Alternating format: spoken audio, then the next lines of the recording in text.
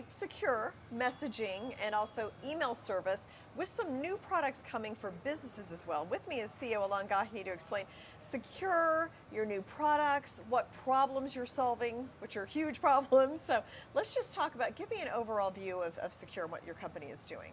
Sure, thank you, Jane, and hello to anybody who's watching us. Being on the New York Stock Exchange, the bastion of capitalism, so I'm pretty happy to be here. So secure, spelled S-E-K-U-R, is essentially a suite of communication solutions, secure and private communication, and also a private kind of a virtual vault, data management, file share, password manager. So we have Secure Suite, which is more of an enterprise rated type software for, it's like a password manager. It's got file share, file backup, etc., like a backup in a cloud. And then we have Secure, which is essentially an email, a messenger, and we're launching encrypted video and encrypted voice communication as well.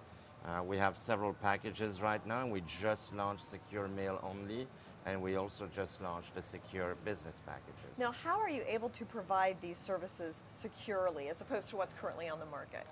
Sure, so what we do first is we provide you with privacy. You know, we're pretty much the leader in privacy. We do have an extremely secure system as well. The big thing is that we have our own infrastructure, so we don't host our solution in third-party like hosting, like big tech.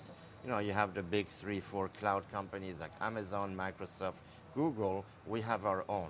So that gives you more security and definitely more privacy. Also, we host everything only in Switzerland. So, you know, we're not compliant with the Cloud Act, which dictates that even if you're in Switzerland and you use a US infrastructure, that data can be subpoenaed and, of course, data mined.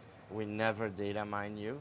Our encryption is such that when you're in our database, each individual user is segregated. That takes a tremendous amount of processing power. We call it our virtual vaults technology. And when you send an email or a message to someone within or outside of your organization, we use what we call the Helix tunneling system.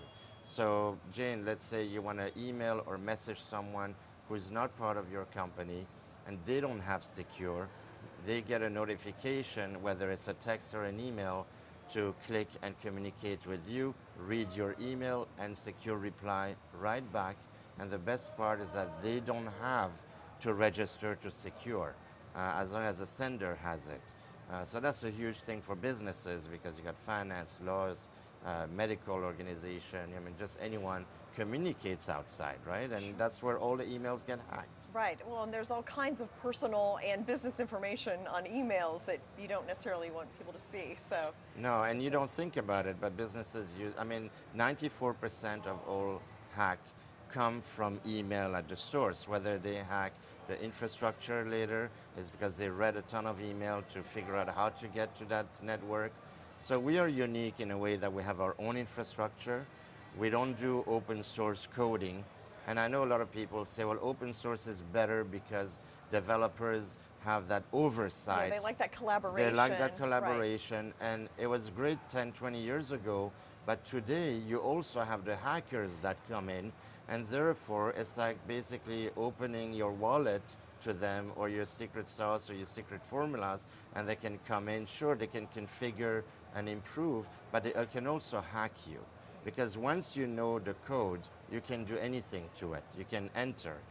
So we don't do open source at all, never have, never will. We have our own proprietary tech.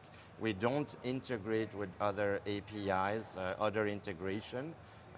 We are like our own little Fort Knox, but Swiss version, of course. So yeah.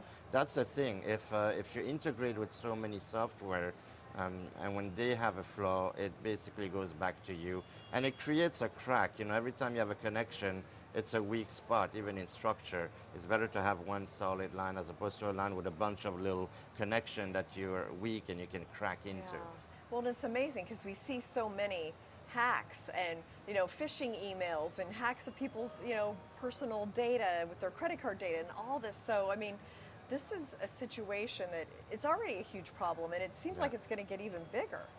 It's going to get bigger. I mean, you have consumers, you have businesses, now governments, the war in Ukraine, I'm sure everybody's aware of what's happening, hacks, and that's a huge problem. It's not just for the big businesses.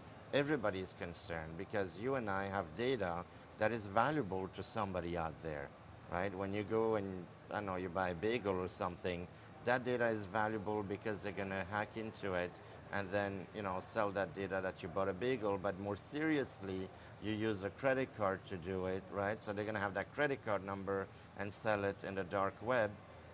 And the first 30 days, usually the first 20 days is when the data is valuable. So as it stales, they keep hacking and hacking and hacking.